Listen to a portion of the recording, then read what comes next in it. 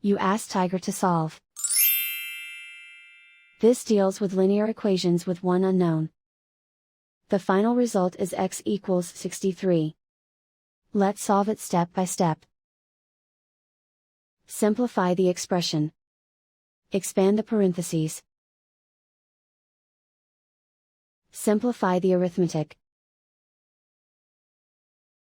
Swap sides.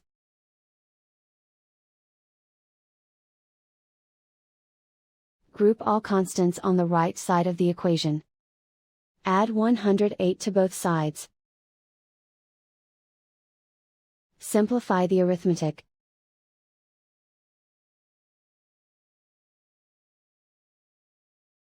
Isolate the x. Divide both sides by 4. Simplify the fraction. Find the greatest common factor of the numerator and denominator. Factor out and cancel the greatest common factor.